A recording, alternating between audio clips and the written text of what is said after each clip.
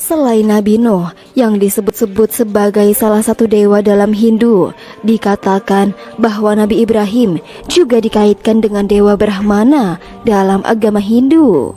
Telah banyak kalangan berpendapat sama bahwa sebutan Brahma berasal dari nama Abraham atau Ibrahim. Sejarah mencatat, kitab Weda paling kuno muncul di India Utara yang merupakan wilayah perlintasan Ibrahim dan keturunannya dari Teluk Benggala, yaitu tempat hijrah mereka ketika bencana kekeringan yang parah melanda. Dan dari wilayah situlah kemudian Ibrahim menuju ke wilayah Timur Tengah. Hal yang sama dinyatakan pula oleh sebagian besar sarjana yang percaya bahwa Hinduisme dimulai antara 2300 sebelum Masehi dan 1500 sebelum Masehi di lembah Indus dekat dengan Pakistan modern.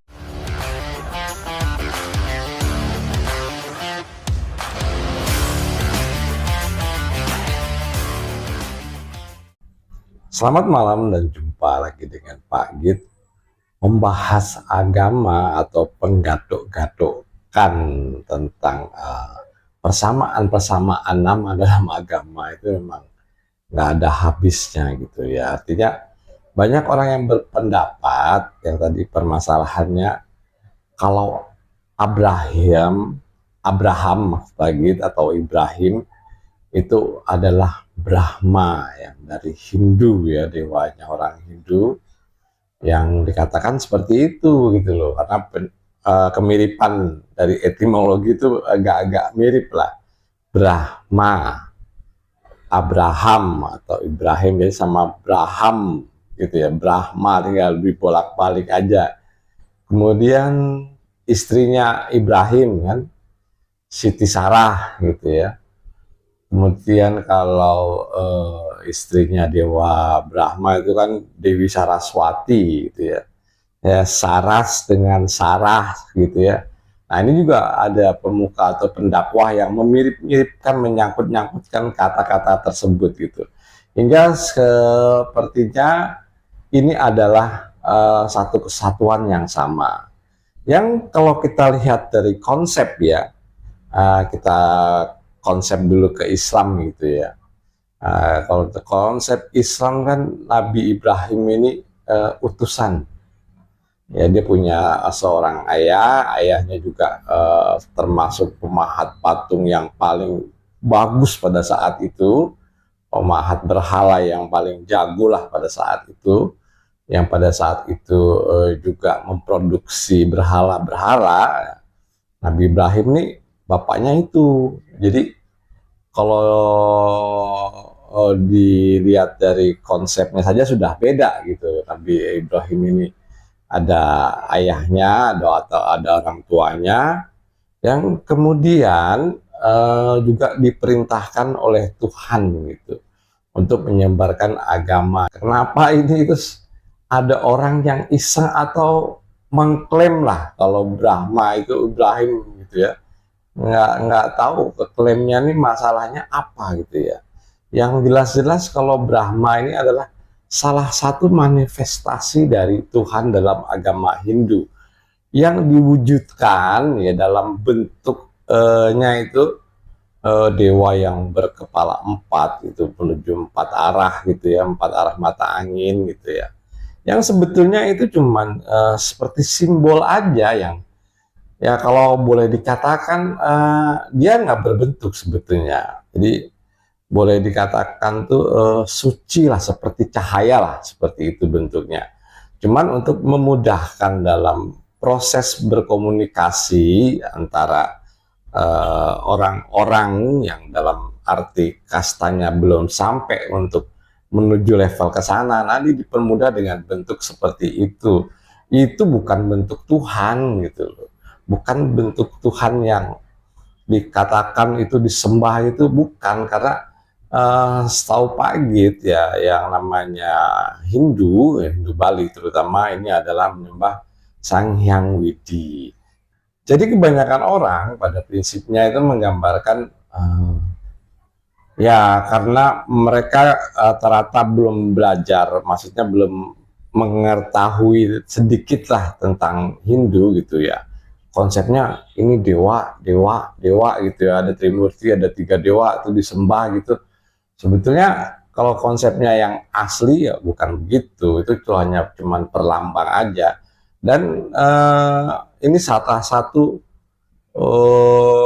manifestasi, artinya maha pencipta. Jadi kalau tadi Nabi Ibrahim itu ada ayahnya atau orang tuanya, ada ayah ibunya gitu ya. Kalau Brahma ini konsepnya beda, dia yang menciptakan mah, jadi dia tidak diciptakan. Jadi konsepnya dia adalah sang pencipta. Ini dalam hal konsep saja gitu loh. Bukan Tuhan itu ada 3, ada yang mencipta, ada yang memelihara, terus ada yang merusak gitu ya, yaitu Brahma, Wisnu, Siwa ya. Ini cuma manifestasi aja, nama lain lah seperti itu. Nah, dalam penyambung-nyambungan kata atau penyamaan-nyamaan makna itu, ini sering terjadi loh teman-teman. Bukan hanya di Brahma dan Ibrahim gitu ya. Yang kita tahu juga ada beberapa pemuka atau pendakwah gitu menceritakan tentang Solomon. Solomon itu sama dengan diambil dari kata Sleman. Sleman itu salah satu kabupaten yang ada di Jogja gitu ya, yang berkaitan dari Borobudur, yang akhirnya mengeklaim kalau Candi Borobudur itu adalah buatan Nabi Sulaiman. Nah, konsepnya seperti itu. Padahal kalau kita lari ke Nabi Sulaiman, ya artinya Borobudur ini kan di abad ke-7 ya, di bangsa Wangsa Sarirenda saat itu ya. Sedangkan kalau kita balik ke Solomon atau Nabi Sulaiman, ini kan sebelum Masehi sudah terjadi gitu. Jadinya ini jauh banget gitu ya. Cuman karena persamaan kemirip-miripan kata itu, akhirnya banyak pihak-pihak tuh yang memikirkan langsung menggatukkan dan mengeklaim. Dan pengeklaman ini sebetulnya hal yang sangat tidak wajar gitu loh, kalau tanpa bukti yang ilmiah atau autentik gitu. Ya kalau kita lihat Candi Borobudur itu bahannya aja itu batunya adalah batu yang dibuat di Candi Borobudur itu adalah jenis batuannya itu batu andesit ya, batu keras gitu. Tadi kalau sekarang dipakai itu buat beton, itu biasanya beton K350 atau K500 ke atas gitu ya, seperti jalan tol itu, atau buat landingnya pesawat. Nah itu batunya kayak gitu kerasnya, jadi batunya memang batu-batu keras. Dan sistemnya dia itu kan dulu ada yang bilang dilem pakai telur gitu ya. Enggak begitu sistemnya, itu saling mengkunci antar batu, jadi dipahat gitu, jadi saling mengelok gitu ya. Nah jadinya sistemnya itu seperti itu, jadi bukan yang dibayangkan mistik-mistik segala macam, karena ini adalah teknologi di abad ke-7 ya. Pada saat itu bangsa kita itu sudah bisa membuat bangunan yang sangat simetris, besar, dan itu kalau dengan ilmu yang zaman dulu ya, menurut Pak Git ya, ilmu yang sangat rumit gitu loh. Sekarang aja kalau kita lihat dari atas kan simetris itu kelihatannya, Borobudur itu kelihatan simetris gitu ya, dan cakep gitu loh ya. Nah ini nggak mudah gitu, ilmunya ada, bahannya juga ada, dan dipikirkan oleh engineer pada masa lalu tuh, oleh bangsa Indonesia sendiri. Tapi kenapa diklaim gitu loh, kalau ini adalah pembuatan Nabi Sulaiman apa-apa digandeng Allah. Kalau ada sesuatu yang berbenturan dengan sedikit saja dengan mirip-mirip kata Islam gitu ya, seperti Brahma, kemudian Solomon ya, Brahma jadi Ibrahim gitu ya, terusnya Sleman itu jadi Solomon, jadi apa namanya, jadi miliknya Nabi Sulaiman. Nah, kok seperti itu gitu, apakah sudah kehabisan akal untuk membuat bukti nyata gitu, yang sebetulnya ini adalah bukan urusannya atau nggak ada hubungannya dengan Islam gitu loh ya. Tapi pendakwah atau yang mencari hal-hal tersebut ini akan berusaha menggatuk-gatukkan itu supaya kelihatan Islam ini lebih hebat gitu. Tapi padahal itu tidak seperti itu. Gitu. Kalau orang mengerti tentang ilmu pengetahuan, ini malah jadi apa ya? Malah menjadi kok kerjaan orang Islam ini kayak nggak punya kerjaan gitu. Ngeklaim hal yang sesuatu yang bukan miliknya gitu. Yang katakanlah Brahma tadi diklaim dengan Nabi Ibrahim, ya kemudian Sleman itu diklaim dengan Solomon, yang akhirnya ujung-ujungnya Borobudur adalah buatan Nabi Sulaiman. Nah ini kan udah nggak nyambung sama sekali gitu. Yang kalau kita lihat dari bukti arkeologi, artefak, antropologi, nah itu nggak ada buktinya sama sekali teman-teman. Baik, kita ambil kesimpulan teman-teman ya.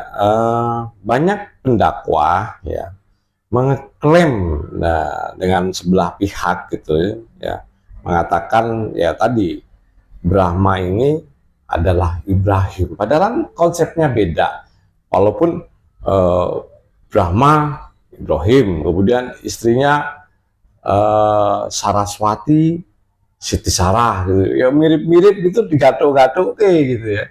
Kemudian yang paling fatal, yang menurut Pak Git paling fatal, yaitu Solomon, Sleman gitu. Yang akhirnya mengklaim Borobudur juga adalah buatan Nabi Sulaiman. Dan klaim-klaim sepihak ini dalam realitanya atau bukti ilmiah atau empirisnya itu nggak ada gitu. Jadi ya lebih baik umat Islam itu berjuang di ilmu pengetahuan gitu loh, timbang mengklaim hal-hal yang sebetulnya bukan miliknya. Dan menurut Pak Git ini cukup sekian. Terima kasih.